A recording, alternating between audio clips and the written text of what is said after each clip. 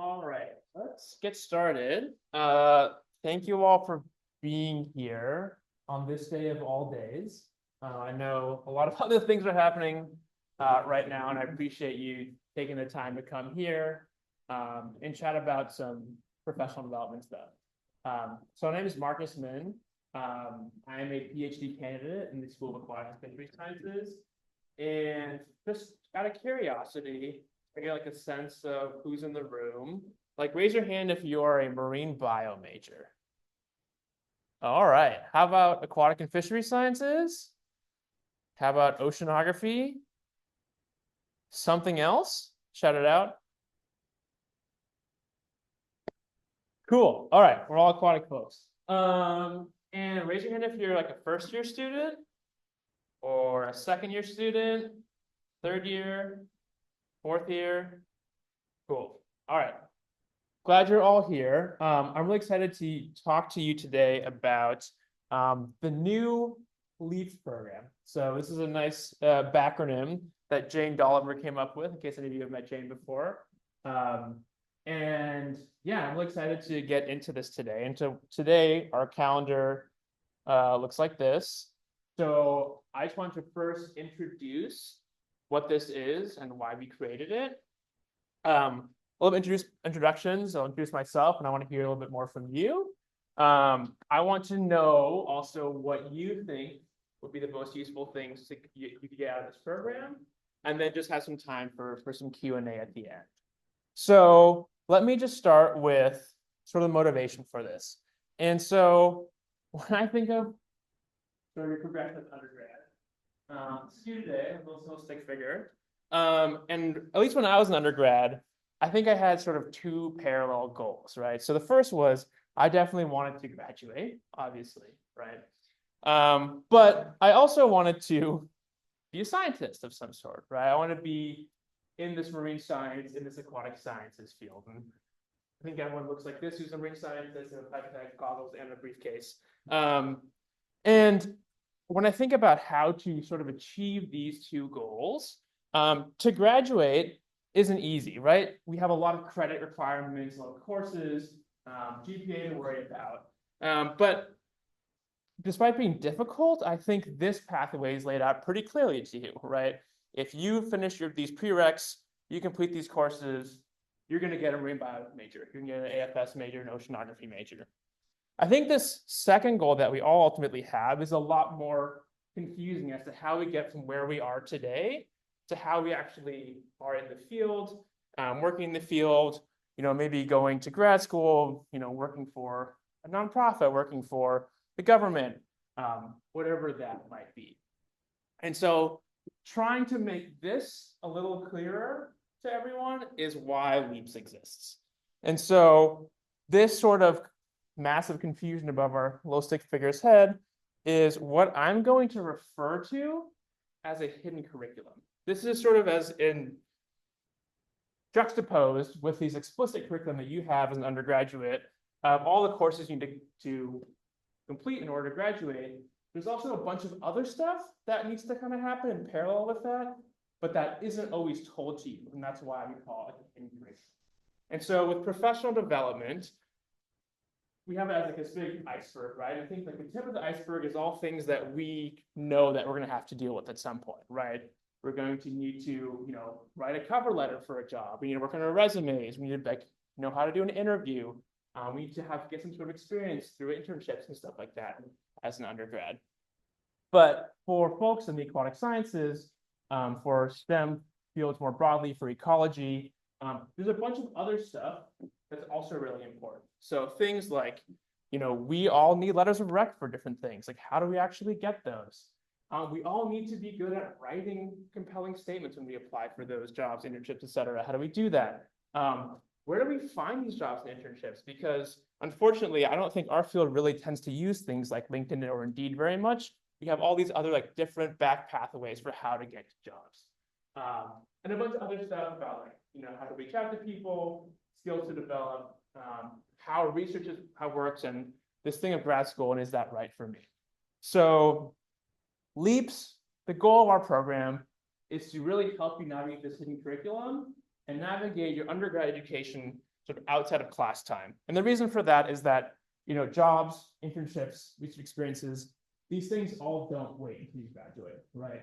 I think if you have this mental model of like, I'll do my classes, then I'll find a job afterwards, that doesn't really work in many cases for our field. So we're going to talk a lot about how to find opportunities, the mechanics of applying for them, how to make the most of your time as an undergrad, and like what you should be thinking about for next steps after graduation. And so to give you some background on this program, last year, if you were here at UW, you may have gotten some emails about these like workshops happening throughout the year. And that's sort of where this program originated. So we had some funding to work on trying to solve this problem and provide more professional development resources for undergrads. And so we did lots of workshop piloting, getting lots of feedback on these things. And this year, we have now taken what we've learned from that, and we are working on creating a comprehensive sort of curriculum where we have this overarching structure to deliver all these different modules, all this different content to you that we view as being really fundamental to getting the most out of your undergrad education. And so I also want to give a big shout out to all the folks who have been really involved with this. So Mikkel Newer, who I know many of you have taken a class with, or if you haven't, you will take a class with her.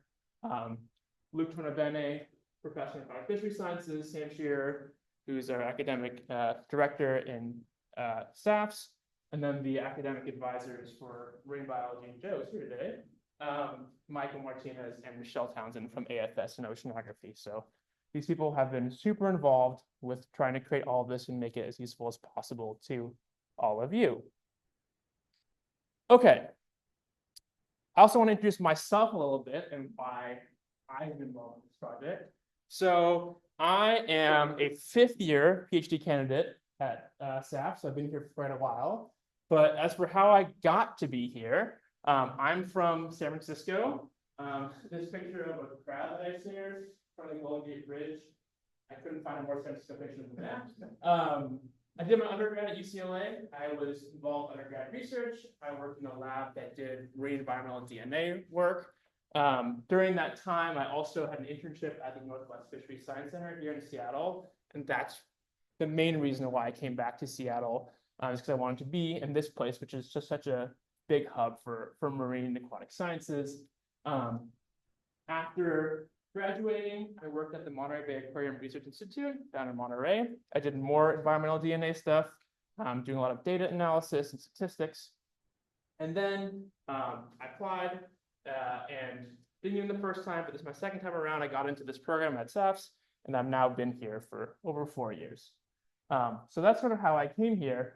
And throughout all of these steps, I had a lot of really excellent mentors who helped me figure all this stuff out that I'm trying to communicate to you now. And so I wanted to find a way to compile this together, all these tidbits that I've collected, resources that I found, and package that together to help you all navigate this as well. So now that I'm at SAFs, I don't touch fish anymore at all. I am a statistician, basically. I do a lot of programming, developing models, and I apply those things to different study systems. So I have projects where I've worked with, this is Ice Harbor Dam in Snake River. So I've worked with a lot of tagged steelhead, looking at how they move through that system. I've developed species distribution models. This is the West Coast, this is Washington.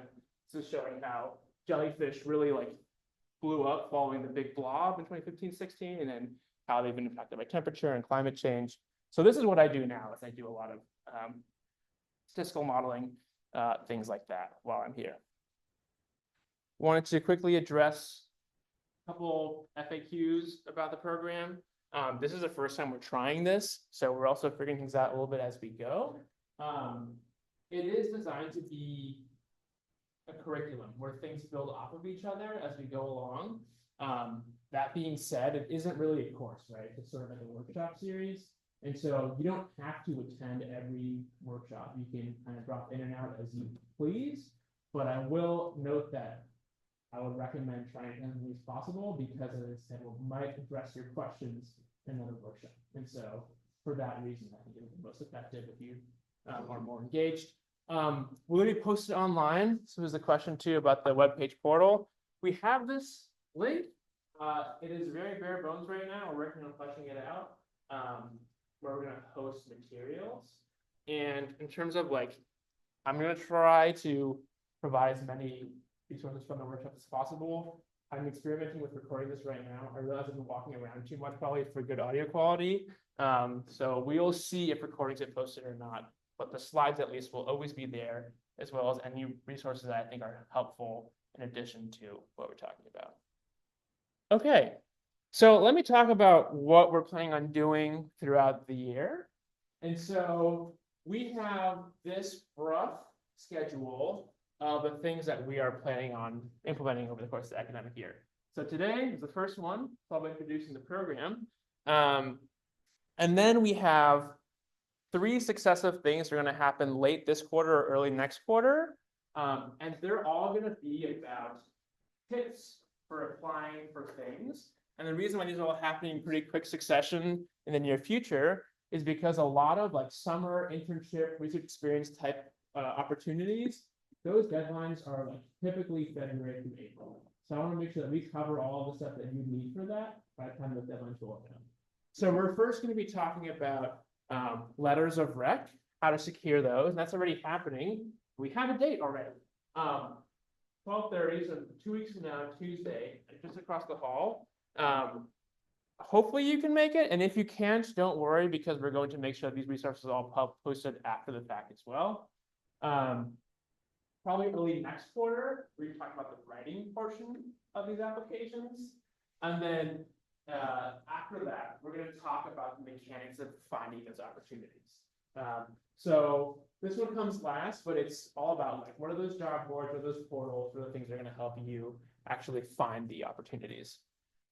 After that sort of quick monthly succession for finding opportunities, we're going to be talking about some more bigger picture stuff. And we have a sequence of workshops on transferable skills.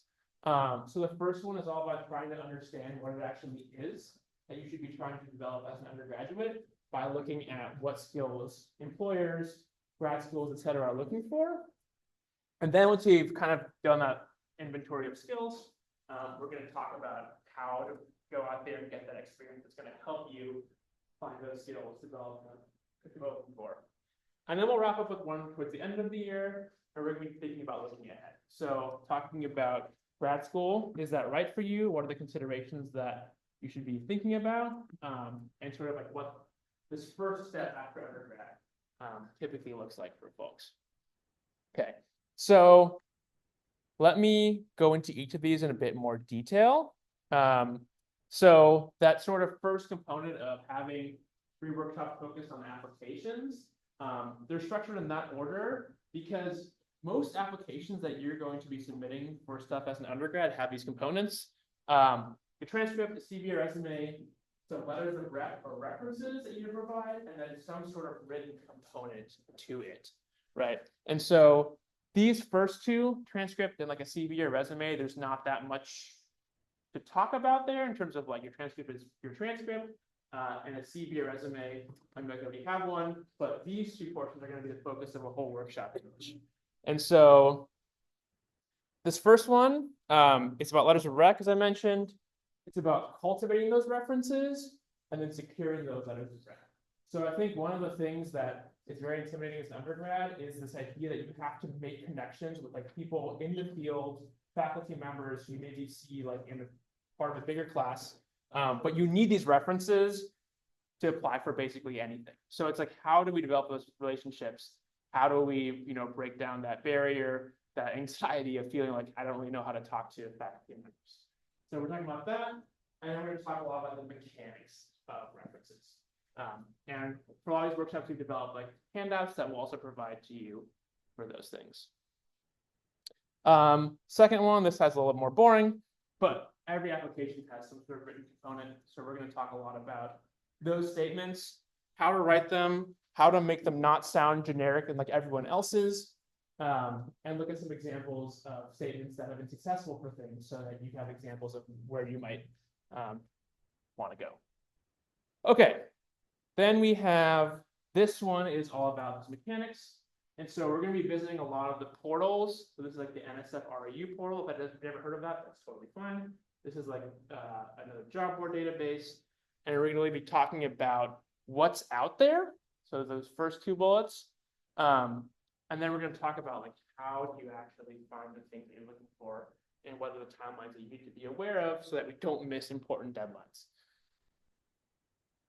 Okay, let me just take a quick pause for questions on sort of this portion of the content. I've been going pretty fast.